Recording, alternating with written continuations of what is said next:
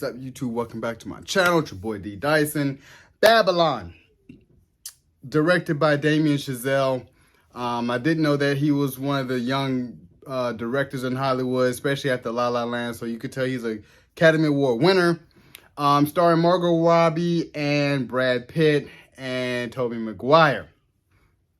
Now, a lot of people bash this movie. A lot of people say that this movie bombed. Well, I know it did bomb because of the circumstances around it, meaning that they were going against Avatar 1, where Avatar was more appealing to a lot of people because it was more of a movie where we're trying to catch up from the first one, just like how James Cameron did with Terminator. They did Terminator 2 like 10 years later, and then Terminator 2 became out this huge, just one of cinema's all-time achieving great movies. So I wanted to watch Avatar versus Babylon. Now, not saying because it was Margot Robbie or Brad Pitt or anything like that. The story, to me, wasn't as compelling as I thought it would be.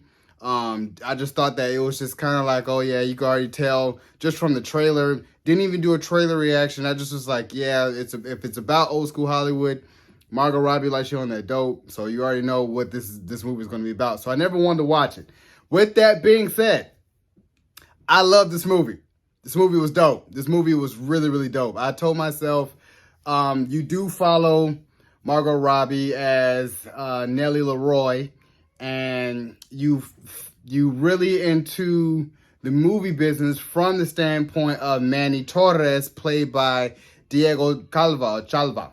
Hope I'm saying that right, but he did a phenomenal job. And you're kind of seeing it from his perspective, starting the movie, kind of, you know, he's one of these, I'll do anything behind the scenes to make it in the movie industry. So he was just, you know, whatever they wanted, he was going to go get it. So in the beginning, he's like, somebody's at this party way out in Bel Air, middle freaking nowhere. It's Bel Air in the 1920s, where Bel Air is just straight desert. It's just a house, big old house, middle of nowhere, close to Hollywood. And somebody requested an elephant. That man went and got an elephant. And then he had the trials and tribulations of getting the elephant all the way up to the property where the house was. And as you get into this house, you really are steeped into this Hollywood party. Now, this Hollywood party, that's why, to me, that's why they'll call it Babylon, of just everything under the sun. This is how Hollywood is. You seeing all kinds of crazy stuff. You see it's drugs involved. There's all kind of BDSM, all kinds of crap. Like, it's just everything that you would think at a Hollywood party, just going on in a Hollywood party. And it doesn't waste no time. You just seeing a golden shower on the guy, and it goes from there. I was like, man, coked out, coked infused, and everything. And I was like, wow, this is how we're starting it. You got my attention.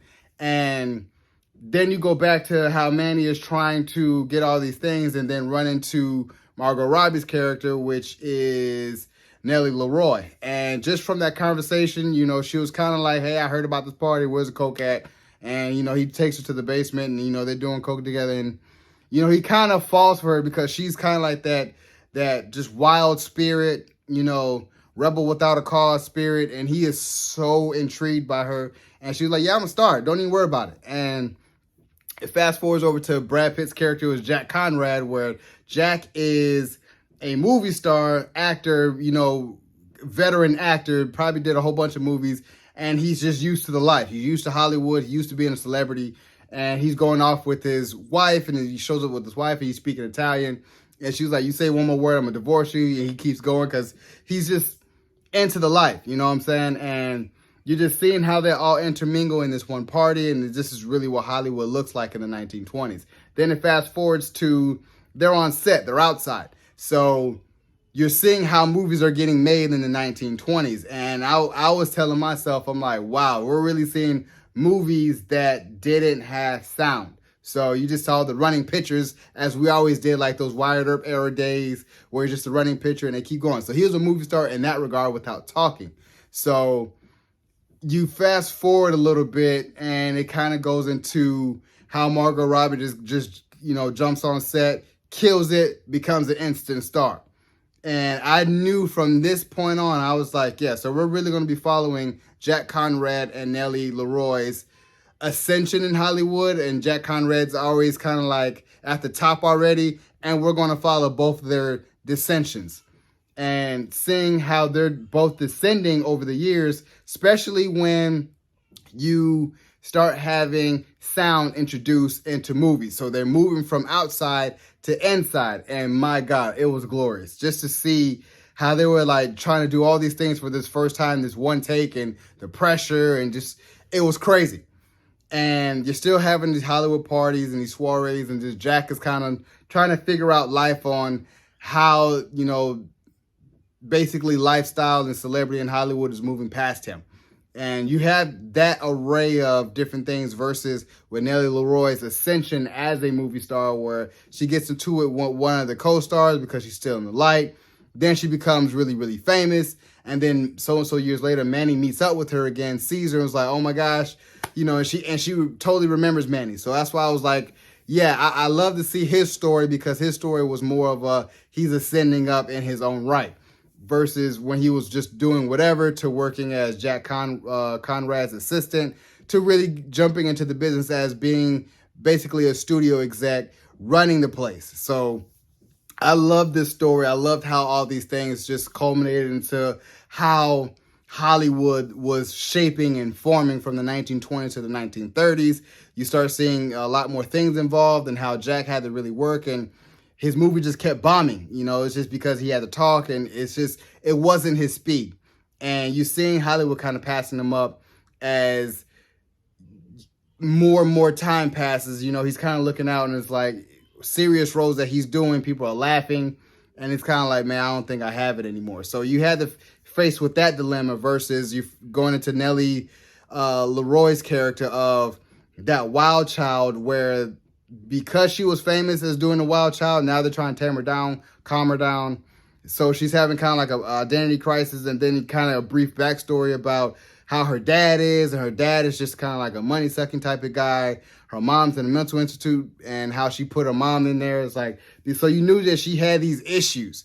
And on top of the drugs, and on top of that, she kind of falls victim into her personal interests, which is, the drugs and the gambling. So she kind of gets used by Hollywood.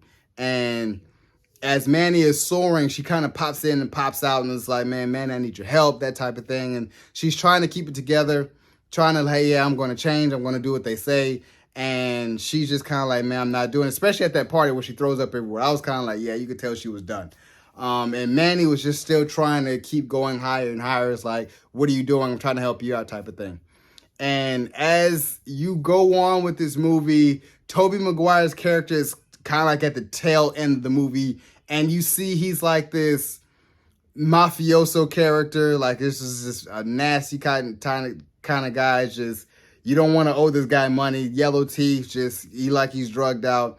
Then he takes Manny to this party as Manny trying to give him the money, and it's just in this weird old bunker where you just saw, he was like, yeah, most people in this town don't know how to party anymore, and it was just sick and twisted and BDSM, bondage, all kinds of weird midgets. And then you go all the way, keep going down, you see this big old guy that'll do anything for money. He's eating rats whole, and and you find out that he got mistook. So now Manny is on the run basically against this guy, and he kind of catches up to Manny, shoots his friends, and then, as Margot Robbie's character, he kind of falls in love with her and is like, you need to really come with me to Mexico, and we're going to go. So the guy kind of spares Manny's life and is like, man, you need to disappear.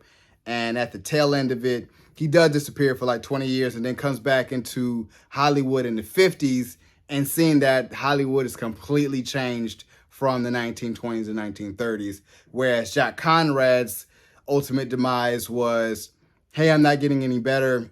These people are moving me by. You're seeing Clark Gable. You're seeing all these other actors. So he has that crisis when he had that article written about him, and he kind of just knew his time was done. So he couldn't face the fact anymore that his time was done, and went out on his own terms, basically. I love this movie. I felt like it could have been longer because although it was long, it took me and my wife like 2-3 days to really watch it because it was 3 hours long. I see why the movie bombed. That was why, because you're having this 3-hour movie versus a 3-hour movie of Avatar. People are really going to want to watch Avatar instead. But I love that if this was a limited series, this would have made so much money.